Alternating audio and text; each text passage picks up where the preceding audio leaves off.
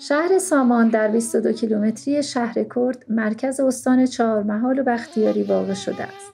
سامان در دامنه شرقی کوه شیراز قرار گرفته.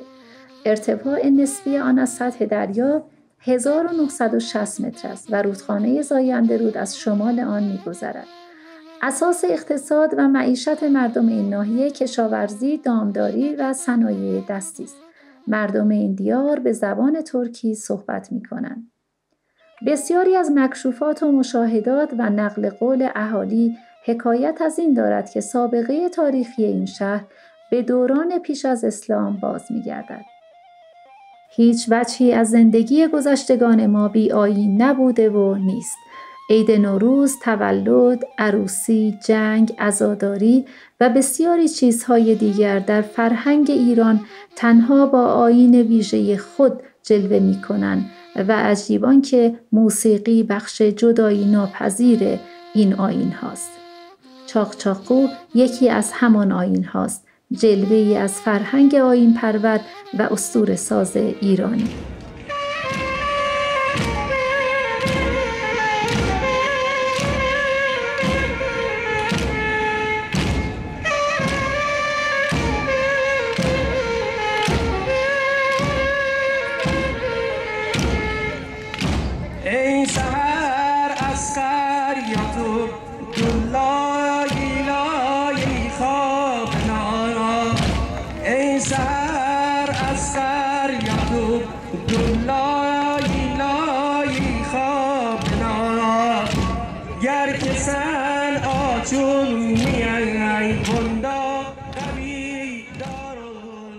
چاقچاقو آیینی ماندگار است که در بامداد عاشورا در شهر سامان برگزار می شود. جمعیت عزادار با شکل خاص، اشعاری ویژه و آهنگی مخصوص در شهر به راه می افتند. 2 قطعه سنگ یا چوب تخت در دست دارند که با نظم خاصی بر هم کوبیده می شود.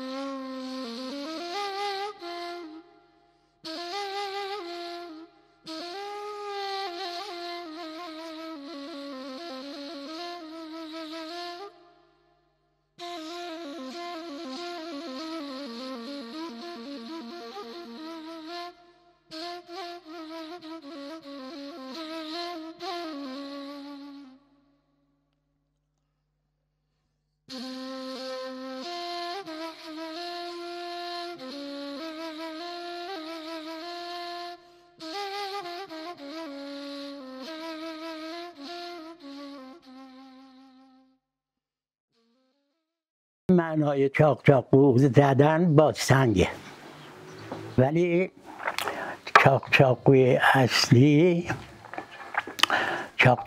اصلی یه مته اینجا زده میشه، یه چرمی که انگشت بره توش، این حالت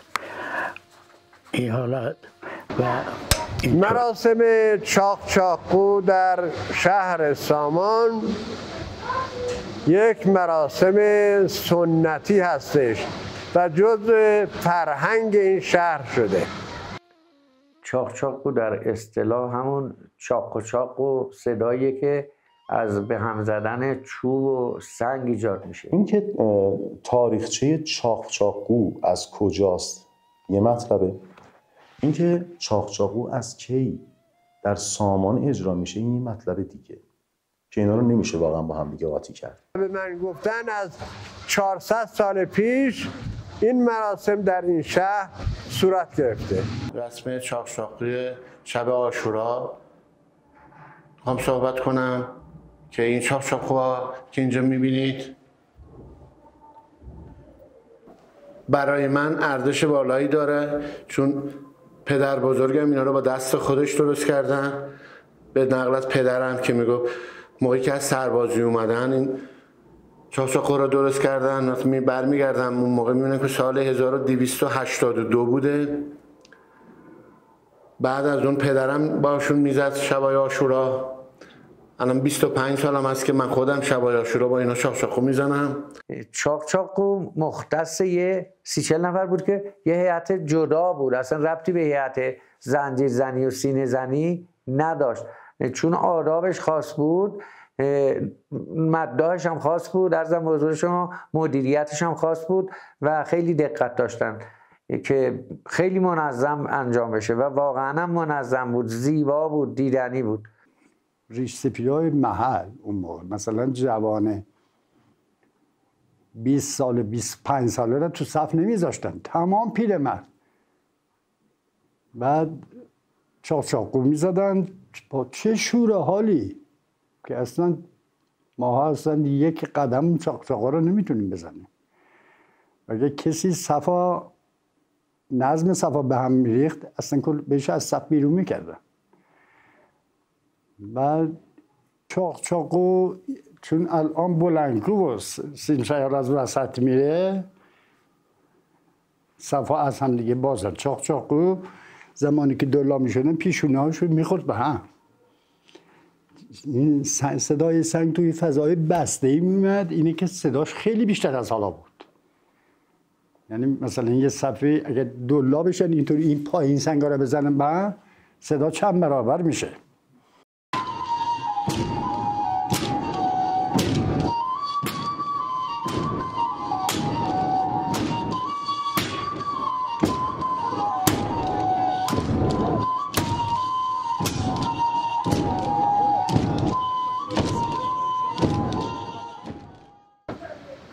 چاقچاقو روایت هایی که سینه به سینه برگشت برای ما بیان شده به این صورته. یه سری میفرمان که زمانی که شب عاشورا فرا میرسه تعدادی از لشکر عمر سعد حدود 34-5 نفر میان به لشکر امام حسین میپیوندند. تعدادی هم از لشکر امام حسین از تاریکی شب استفاده میکنن و میرن. این سم اسبان که به صدا در میاد، این صداها عرض میشه خدمت عزیزم، اینا میگن چاقچاقو. روایتی از پیش کسوتامون از ریش سفیدامون که سوال میکردیم میگفتن زمانی که امام حسین اومد تو کربلا متوجه شد که یارانی که باش اومدن خیلی برای حب دنیا دنبالش اومدن.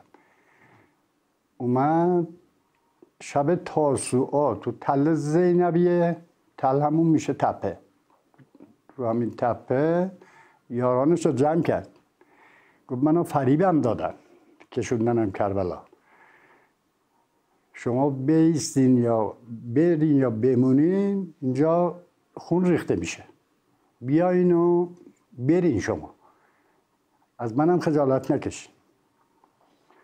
تو این گیره دار امام حسین اومد عباشا کشید سرش که هر کسی خواست بره خجالت نکشه. زمانی که عباشا برداشت دید هیچ کی نیست، تمام رفتن. اینا میرن تا میرسن به زمین ماریه. زمین ماریه دیگه سپیده صبح بوده، خستگی راه و اذان صبح و اینا منزلی میندازن، اتراقی میکنه، خستگیشون در بره، صبحونه‌ای بخورن، نمازی بخونن، دوباره حرکت کن. تو این گیره دار پشیمان میشن که چرا امام حسین رو تنها گذاشتن. یه کف افسوسی میزنن، اینطور کف افسوس میزنن که چرا امام حسین رو تنها گذاشتن. و اگه میخواستم برگردم بیام به یاری امام حسین دیگه کار از کار گذشته بود. اینا همینطور پشیمان زده میرن تا به مقصدشون میرسن، تا این میمونه تا در قیام مختار. در قیام مختار اینا که امام حسین اینجا ترک کرده بودن میرن کمک مختار. این چیز سندیت این چاقوی ماست. بابا یکی چاقو چایله دیده بابا bu kef efsuzdur, kef efsuzdur bu. Gece savaşmış, buhar basarlar, dağıt çekilmişler. Kişilerden bir savaş duru. Eleyi böyle bir kişiler size gelme. Vakti ki iş olur ki böyle katliam elipler da fayda yok. O vakit bu kef efsuzdur. Babam derdi bu kef efsuzdur. و میگن که اون ما هم گوش به گوش شنیدیم، میگن این چاقچاقو حالا روز صبح اول صبح عاشورا که میخونن میگن اینا قبلا وقتی که امام حسین و دار و دستش 72 تن شهید شدن یه عده اصحاب اومدن طرفداران امام حسین، چون طایفه همگی زن بودن به غیرت نداشتشون خورد و رها کردن رفتن. این کار خدا بود که رسوا بشن. اون وقت دست میزدن، اون دست زدن میگفتن که این کف افسوس است. روایت داریم که این چاقچاقو به خاطر خبره، یعنی خبری رو مخابره میکنه. اون زمان قدیم چون دستگاه صوتی نبوده که بلند بتونن پیامشون را به گوش دیگرون برسونن، با این سنگ زدن به هم خبر میدادن. روایتی که زمانی که 72 تن در کربلا شهید شدن، بعد از اینکه لشکر یزید اونجا را ترک کردند و اجساد در بیابان کربلا موندن روی زمین، زنان بنی اسد، قبیله بنی اسد، چون با زنها کسی جنگی نداشت، میان میبینن آروم شده کسی نیست، بنا میکنن سنگ به هم زدن و خبر دادن به مردان قبیله که همه رفتن، آرام شده، بیایید. که میان وقتی میبینن که این پیکرهای شهدا افتاده روی زمین، بر میدارند و غسل و کفن میکنند و دفنشون میکنند و میره. بیجا طرف لیدری که وقتی که زمانی که حضرت زینب سوریه‌دان اسلام شرکت کرد پنزاده عاشورای امر بدل میره، صبح عاشورای امر بدل میره. اون بزرگ غیرالله که خبر برالله که زینب مثلا گتیل بیجا بزرگ دید. چاقچاقو در واقع برگرفته از رسومات خیلی خیلی قدیم ایرانیانه. بحث تعزیه برمیگرده به قبل از اسلام. بعد از ورود اسلام و بعد از واقعه عاشورا تعزیه برای امام حسین، یعنی مسیر تعزیه به این سمت هم گسیل داده شد، وگرنه تعزیه بعد از واقعه عاشورا ایجاد نشده. قبلا برای شخصیت‌های قدیمی، برای شخصیت‌های اساطیری شاهنامه، سیاوش و بقیه تعزیه اجرا می‌شده و بعداً گسیل داده میشه به سمت واقعه عاشورا. و چقدر هم خوب و توانمند تونسته اینو انجام بده.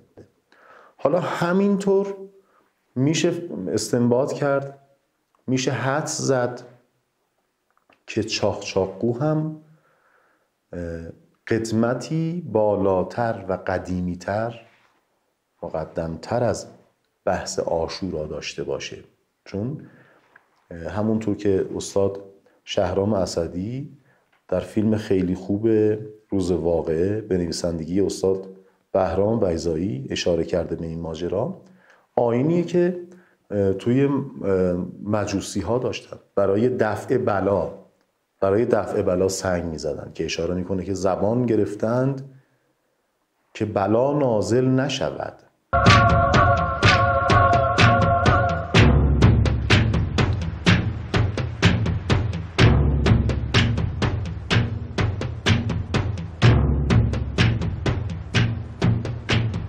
کدام عزیزی مرده که چون این ذکر گرفتی؟ ما برای مرده نمیگریم. این سوگواری نیست؟ روایت پیشگویان بدوی است که در روزی مثل این در آسمان 2 خورشید می‌دمد. زبان گرفتند که بلایی اگر هست بگذرد.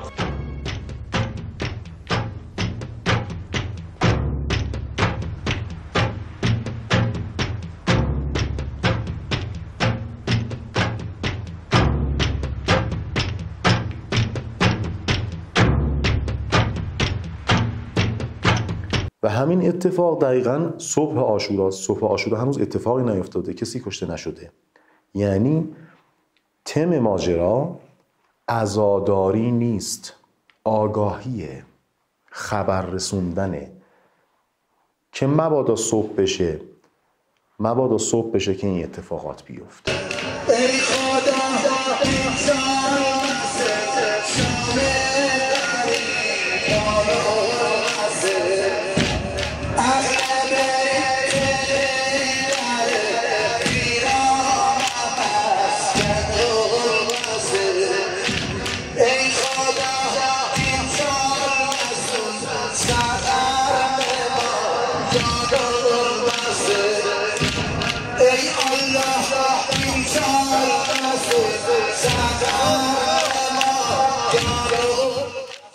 اینی که نوحه هایی هم که مثلا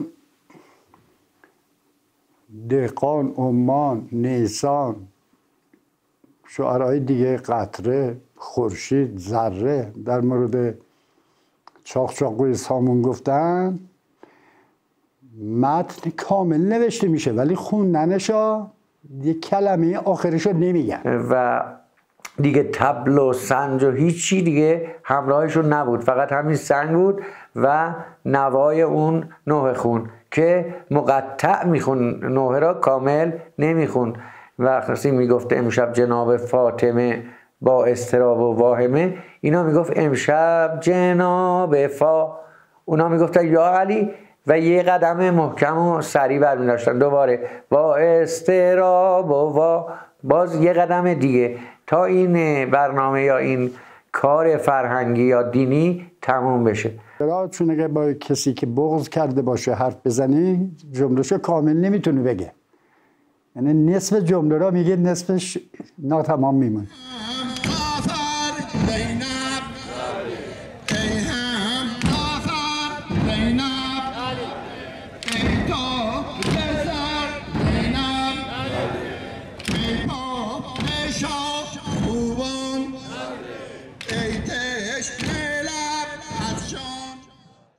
در مدد که قدیما میخوندن یه مدت فراموش شد، چند سال دوباره تجدیدش کردیم با اشعار جدیدتری. اشعارش من کاملا بلدم. در مدد صف در مدد ما با علی سندن مدد در مدد صف در مدد ای ساقی کوثر مدد بابای تبش انداواد اومد مولای تبش فریاد اومد بابای تبش انداواد اومد مولای تبش فریاد اومد در مدم از صف در مدد در مدم از صف در مدد ای ساقی کوثر مدد آقا علی سندم مدد آدم گلب اندام و دومای آدم گلب اندام و دومای حاویل دیشم دریا و دومای نوح نبی لنگه بر سالوی نوح نبی لنگه بر سالوی صندای تبش فریاد و دومای بابای تبش انداب و دومای مولای تبش فریاد. ای شیعیان جد منم خیرالورا ما دریا دگل سالار کل انبیا نور خدا دریا دگل ای کافران کی نجو یخمنده از آرزو الدم برین برجور اسو بویش روا دریا دگل. اینا میگوید که یعنی از زبان امام حسین است، همون ظهر عاشورا که میخواست شهید بشه خب تشنه بوده، گفته حداقل ای کافرانی که در مقابل لشکر من وایسادید، شما یه لشکر کثیری هستید در مقابل من وایسادید، حداقل مردانگیتون این باشد که حداقل آزاده باشید، یک جور آب به من بدید بعد هر کاری میخواید بکنید.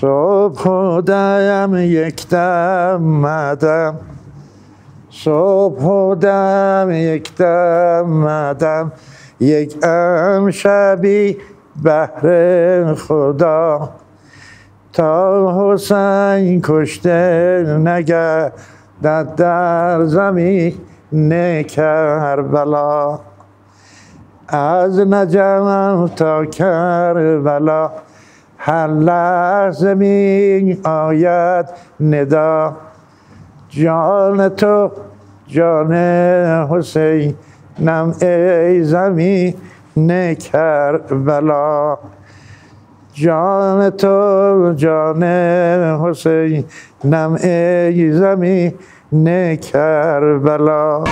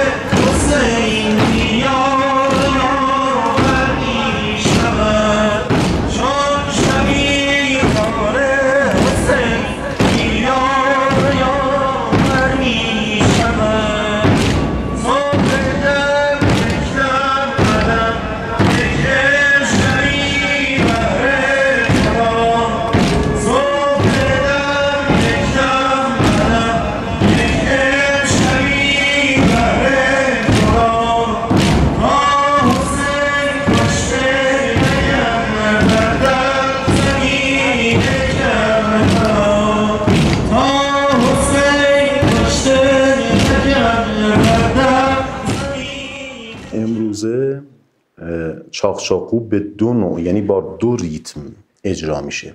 یکی ریتم دو ضربیه و یکی از ریتم ها یه ریتم 4 ضربیه، یعنی 4 ضربیه 12/8. اون تم اصلی چاقچاقو یعنی چاقچاقویی که از قدیم به ما رسیده همین ریتم 4 ضربیه است که بر روی شعری با وزن مستفعلون اجرا میشه.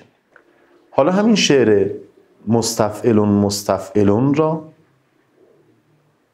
قسمت آخر یعنی 2 سیلاب آخر حذف میشه، یعنی تا مستفعلون مداح اجرا میکنه و اون به جای الون به جای اون سیلاب آخر مخاطب و یا اونی که مراسم چاقچاقو رو برگزار میکنه، اینهایی که سنگ میزنن،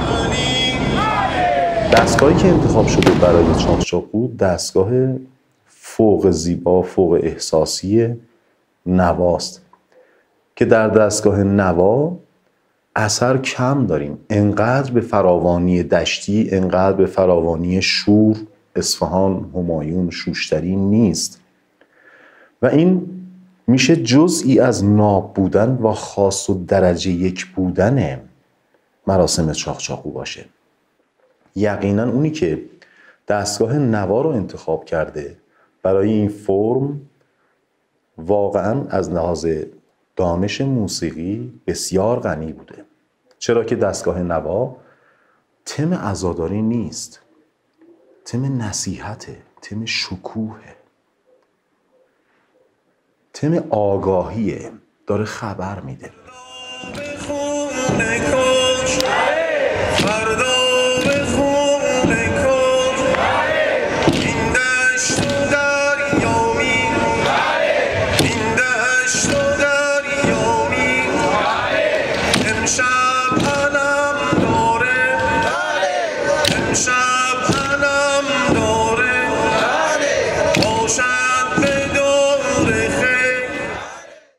آیین چاقچاقوی شهر سامان که در سال 1391 به ثبت ملی رسیده، شماره 622 به ثبت ملی رسیده.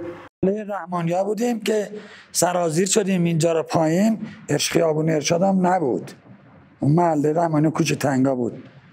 گفتیم بذار یه نی امتحان کنیم، اینجا خلوته که اگر بعدام شد کسی متوجه نشه چی کار کردیم. خوشبختانه خدا بیامرز آقای هنرجو هم خوند اولین نوعش هم اونجا شروع کردیم و خب گرفت، خوب هم شد دیگه. از اونجا به اونور دیگه ادامه داده شده.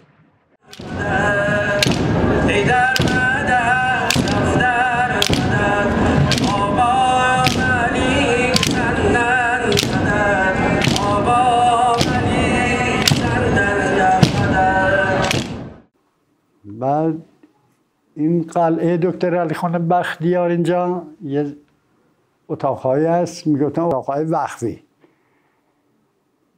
مال سغرا خانوم و نمیدونم ملا رحیم و دکتر علیخان اینا بوده.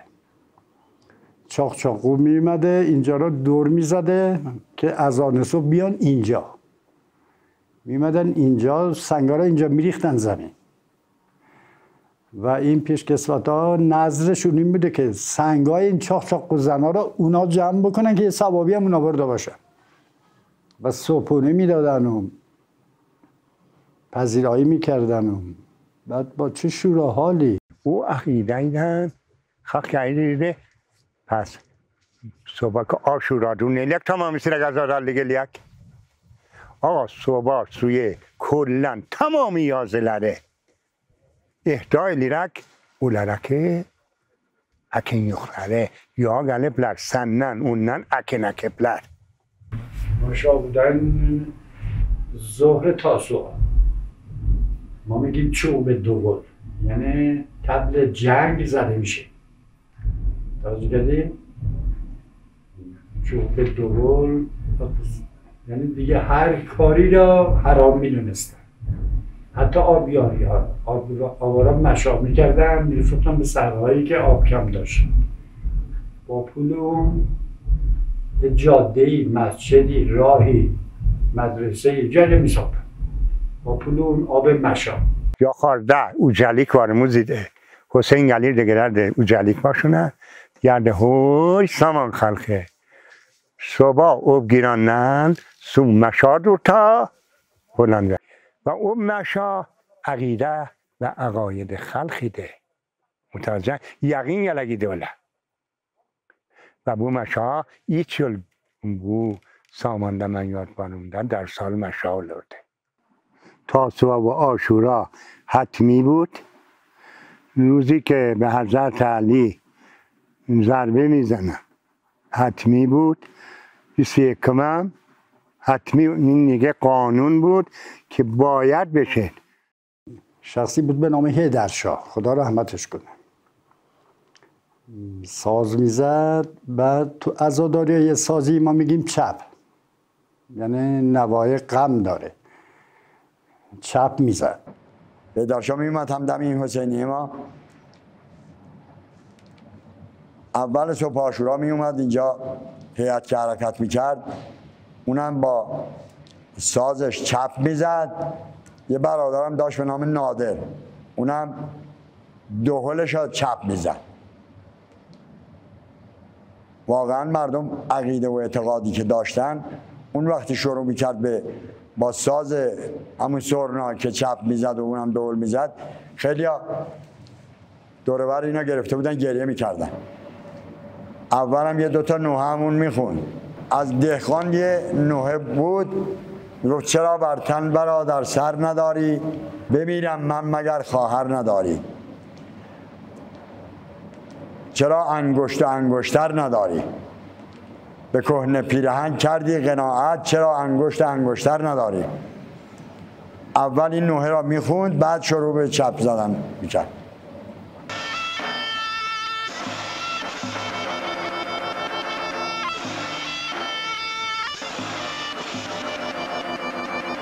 به زبان ترکی خدا رحمت کنه نیسان سامانی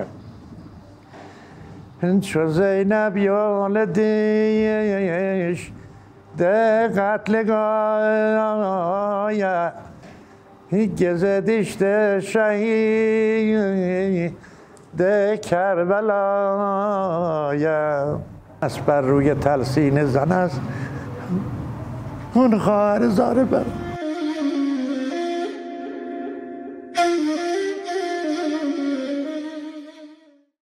که خدا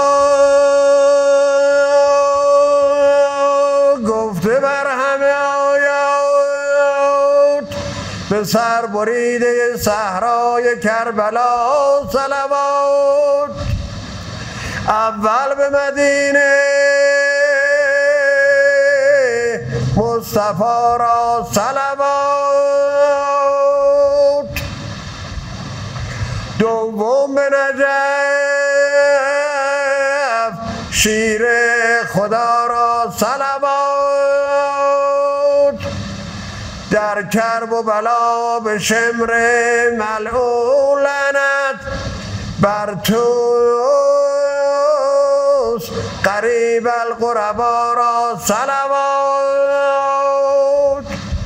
بر عمر لعنت و بر ابن زیاد بر توس قریب القربا را صلوات بر محمد و آل محمد صلوات